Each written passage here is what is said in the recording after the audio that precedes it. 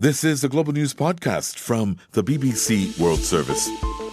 Hello, I'm Emilio San Pedro, and in the early hours of Saturday, the 3rd of August, these are our main stories.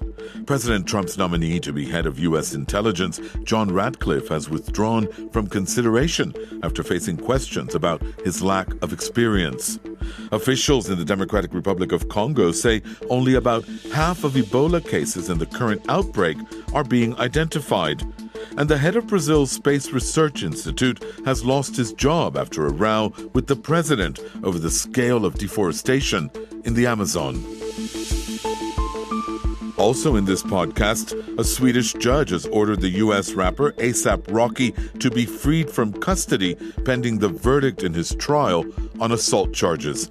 And the attractiveness of a blood test, which could be made very available and accessible, and we know is actually quite acceptable to people as well, is a real step forward. Scientists say using a blood test could diagnose Alzheimer's years before symptoms appear.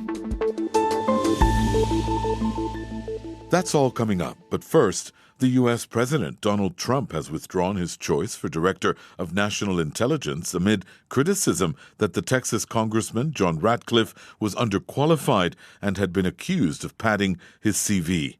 Mr. Trump said his nominee had been treated unfairly by the media. I was reading the press, and I could see that the press was treating him, I thought, very unfairly. He's an outstanding man. And I asked him, I said, do you want to go through this for 2 or 3 months, or would you want me to maybe do something else? And he thought about it. I said, it's going to be rough. I could see exactly where the press is going. Critics had also been concerned that Mr. Ratcliffe would warp U.S. intelligence to support the president's views. I got more details from our Washington correspondent, Chris Buckler. Well, in some ways, Emilio, it's as much about the position as it is about the man, because as you indicated there, this is supposed to be a non-partisan role. And certainly the last Director of National Intelligence, Dan Coats, at times wasn't on the same page with the president. Certainly whenever he talked about Vladimir Putin and the threat from Russia in regards of them interfering in democracy here, even questions about North Korea. Sometimes Dan Coats was in this uncomfortable position of not always backing up what the president thought. But that is a key part of this position. Mr. Ratcliffe, on the other hand, was seen as a Trump loyalist and actually someone who was potentially going to be put into this position because Donald Trump believed in him. And actually, what had really brought him to the president's attention in recent weeks was the fact that he had been very aggressive in his questioning of Robert Mueller, the former special counsel, during a congressional hearing. And then there were those questions about his CV, whether or not he actually had the experience to oversee 17 civilian and military intelligence agencies. So what seems to have changed Mr. Trump's mind? Obviously, we heard him there blaming the media. And then at some point in that appearance at the White House, he said something about how he uses the media to vet these nominees. Yeah. Basically, he seemed to suggest that part of this whole process of nomination in which people are vetted, the media could play a part in that. So you could almost get the idea that the president had thrown out his name last week and basically waited for the media to come back with their full review of him. However, there's somebody else who's very important in that whole review, and that's the group of congressmen and senators who sit on these committees that ultimately confirm whether or not somebody gets a job. And at the moment, there are a number of Republicans as well as Democrats questioning whether or not this was the appropriate man for the appropriate job with the appropriate experience. And therefore, Mr. Trump also had to look at whether or not he was going to get it across the line. And as a result, he's now looking for somebody else. Chris Buckler in Washington. The head of the Ebola response in the Democratic Republic of Congo says that only half of cases are currently being identified. Jean-Jacques Muembe warned that the epidemic could continue for another 2 to 3 years. The outbreak has become the second worst on record, killing more than 1,800 people since it was declared a year ago. Our West Africa correspondent Louise de Wast reports. In the eastern Congolese city of Goma, it's a race against the clock to identify and locate all those who have been in contact with a gold miner who died from Ebola on Wednesday. Cases in the city on the border with Rwanda had prompted the World Health Organization to declare the outbreak as an emergency of international concern. Authorities say that the miner's wife and one of his children who tested positive are currently being treated and are in a stable condition. More than 200 of his contacts have been identified and offered a vaccine. But one of the worries is that one of his sisters fled to another province, and while she was eventually located, she is considered a contact and should not have been traveling. Meanwhile, researchers in neighboring Uganda are involving 800 people in the largest ever trial of another experimental Ebola vaccine. Luis de Wast, the head of Brazil's Space Research Institute, has lost his job after a public row with President Jair Bolsonaro over the rate of deforestation in the Amazon. Ricardo Galvão accused the president of acting like a coward when he dismissed reports of deforestation in the Amazon as a lie. I asked our Brazil correspondent, Daniel Galás, how this dispute came about. The government was somewhat surprised by very dramatic deforestation numbers that came out last month, suggesting there had been an 80% increase in deforestation. For some time, there was a trend of less deforestation in the Amazon, but then there's been this drastic change. These numbers are published by an institute which is a pretty independent institute in the way it is being run, and these numbers come out all the time. But the president was angry that he did not learn about these numbers before they were released. So he started accusing the head of the agency of being part of a sort of an international conspiracy of foreign NGOs who Mr. Bolsonaro, the president, says are always trying to control the Amazon. And this angered the head of the institute, who called Mr. Bolsonaro a coward in the way he was attacking the institute. So today this crisis came to an end with the exiting of this head of the institute. And as often happens in these cases, there's always a question as to who went first or who sacked who or resigned. Do we know if Ricardo Galvão was sacked or has he resigned? It wasn't explicit, but it was pretty clear that he wouldn't be able to continue with his job because, in a way, he has a protected mandate of 4 years, so he couldn't be sacked. But there is a clause where if he loses the trust of the minister, if the minister loses trust in him, then he could be sacked.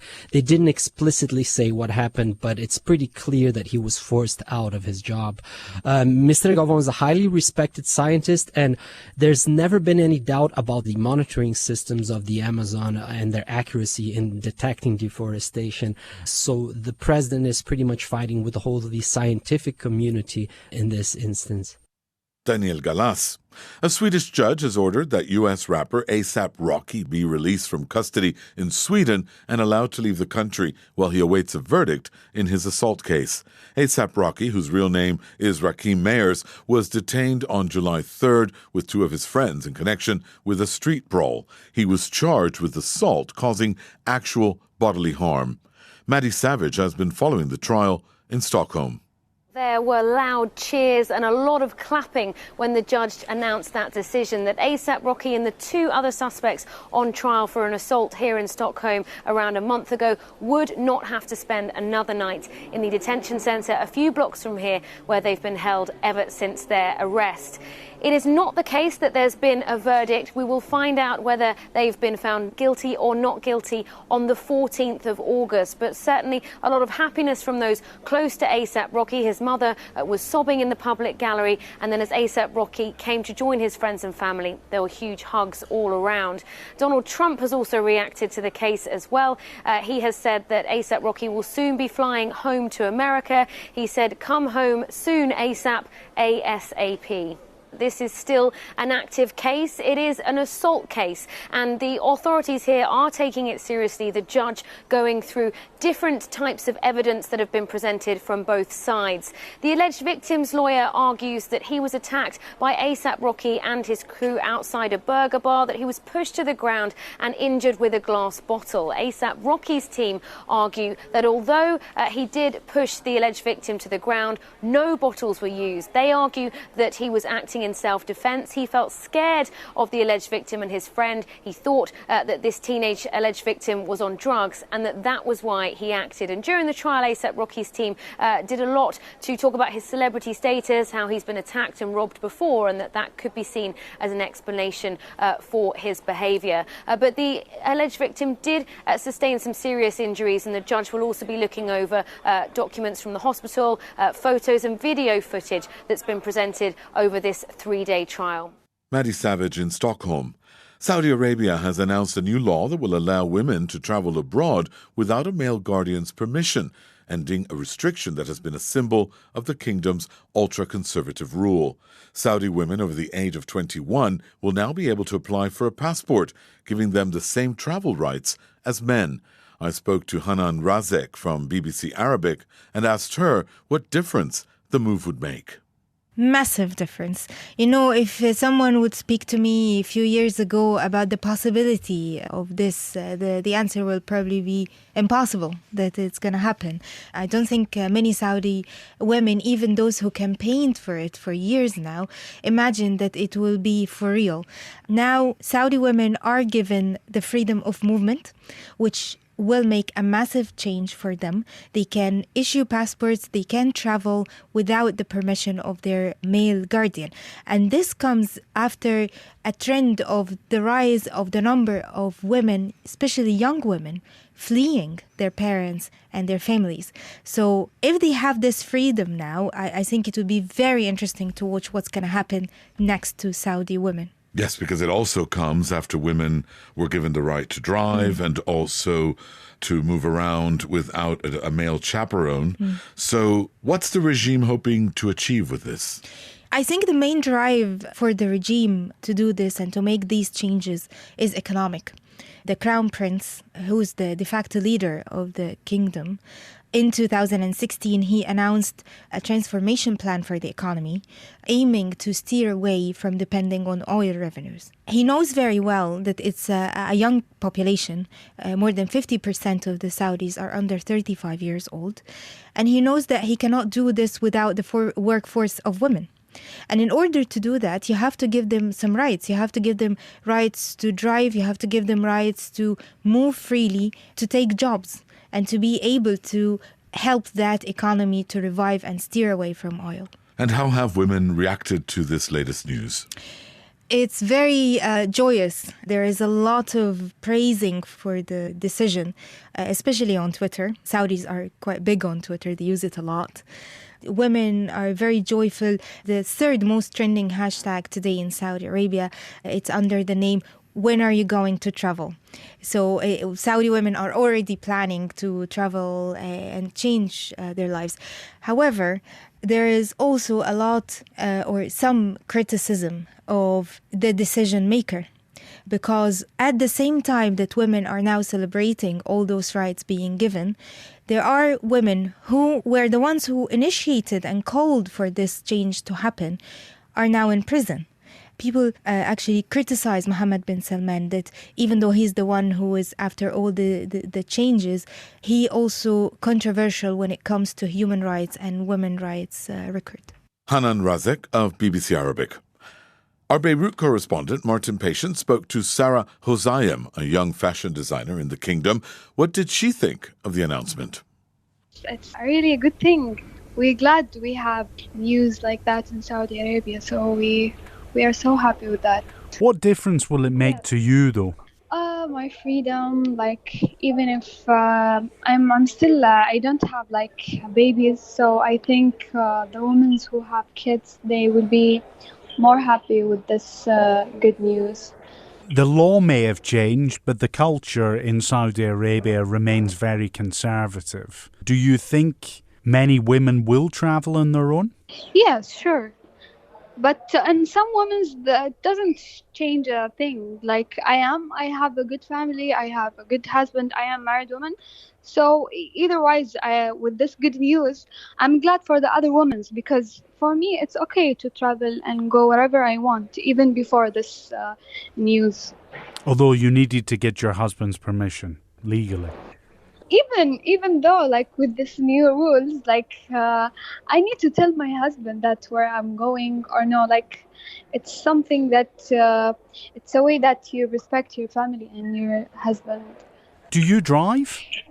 Yes, 2 weeks ago I got my license.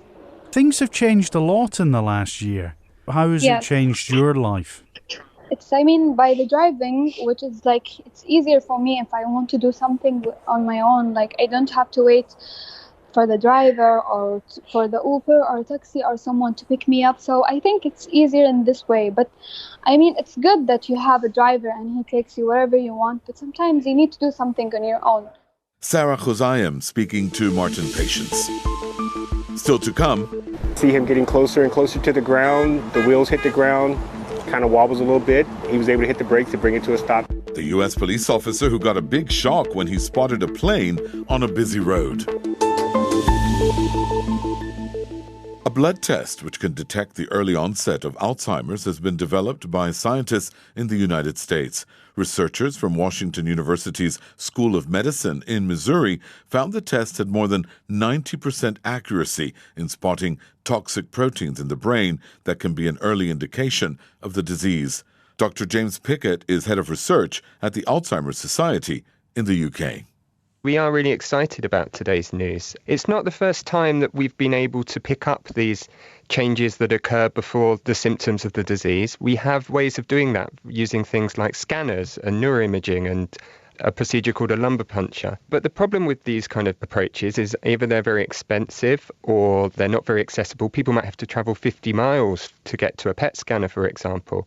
So the attractiveness of a blood test, which could be made very available and accessible, and we know is actually quite acceptable to people as well, is a real step forward. For more details about the blood test, I spoke to our health reporter, Philippa Roxby. They've been using a blood test to find a protein called amyloid beta. And this is a very important protein in Alzheimer's disease because in the brain, large quantities of it can form into clumps, and that's what causes the damage, creating symptoms like memory loss and confusion that we all associate with dementia. So instead of looking for amyloid beta in the brain, they looked for it in the blood of 150 adults in this study.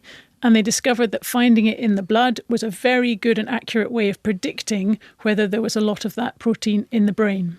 And as a result of that, they think they can use this to test drugs in clinical trials and try and find out if they apply them really early on before people develop the disease, whether they work or not. But as there's no cure for Alzheimer's, detecting it early doesn't necessarily mean that people will be cured, does it? That's right. Yeah, there's no cure and there's no treatment at all yet. All the drug trials so far have failed. But the way this helps is that they want to test more and more drugs on people very, very early on. So they know they've got a good likelihood of developing the disease, but they haven't yet got the symptoms. So if you have a blood test that predicts early signs of Alzheimer's, those people can be taken into clinical trials and drugs can be tested on them. So it's a very good way of improving our knowledge of the drugs that work on dementia. And when will the blood test come into use? It'll be a few years yet. It needs to be tested in larger studies on more people. And experts say it's a little bit too early to say it's conclusive. And it also isn't a conclusive test for dementia because we all have elements of amyloid beta, this protein in our brains, even healthy older people, so not just people with Alzheimer's. So it can't be a decisive test. Philippa Roxby. A Ugandan academic has been sentenced to 18 months in jail for posting comments on Facebook criticizing President Yoweri Museveni. Stella Nyanzi, who was convicted of cyber harassment, has been in detention since November. From Kampala, here's Patience Atuhaide. Stella Nyanzi appeared by video link from prison. She refused to listen to the magistrate delivering the sentence, saying she had been brought to the session against her will. She then lifted her blouse and exposed her breasts. Stella Nyanzi was defiant throughout her trial. When the verdict was announced on Thursday, she refused to plead not to be sent to jail. She added that she would have loved to have been convicted of another charge, offensive communication, because she had intended to offend President Museveni. The magistrate described her Facebook post as obscene, lewd and disgusting. The former Makerere University lecturer is still facing charges for another Facebook post in which she called the president a pair of buttocks. Patience Atuhaide.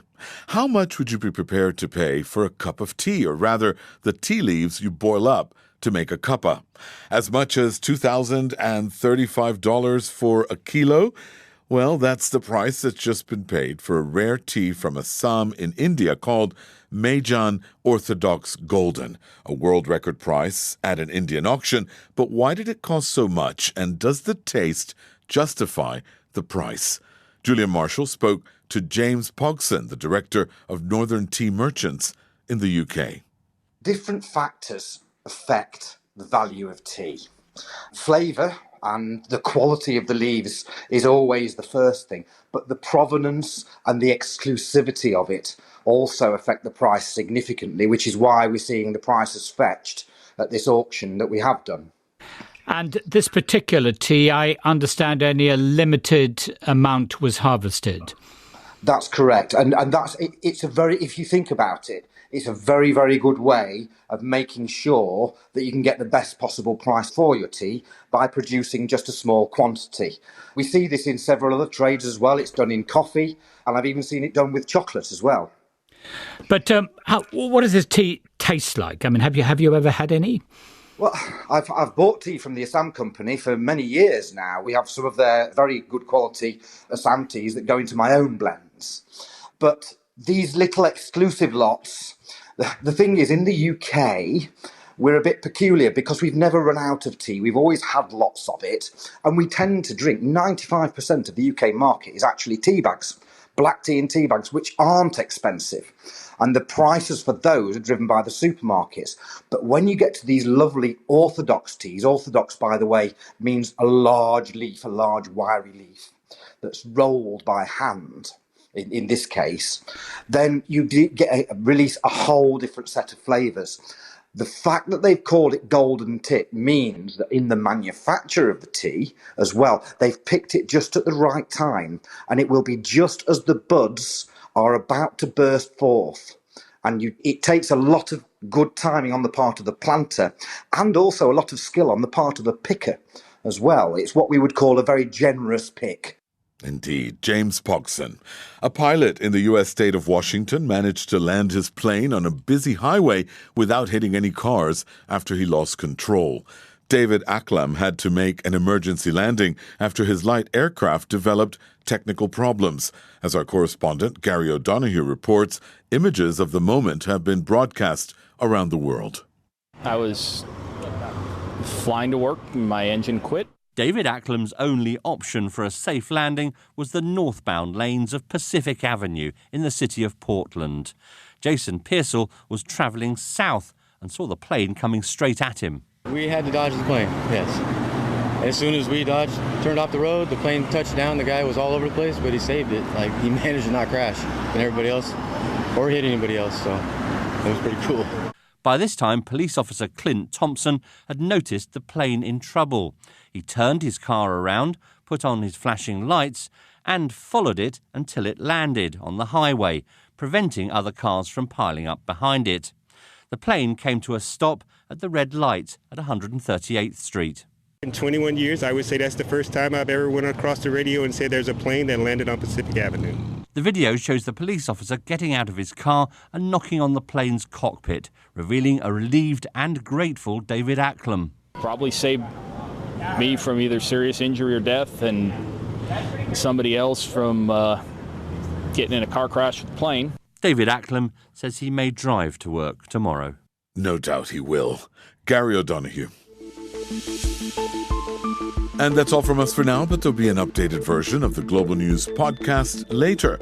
And if you want to comment on this edition or the topics covered in it, you can send us an email. The address is globalpodcast@bbc.co.uk. I'm Emilio San Pedro. Until next time, goodbye.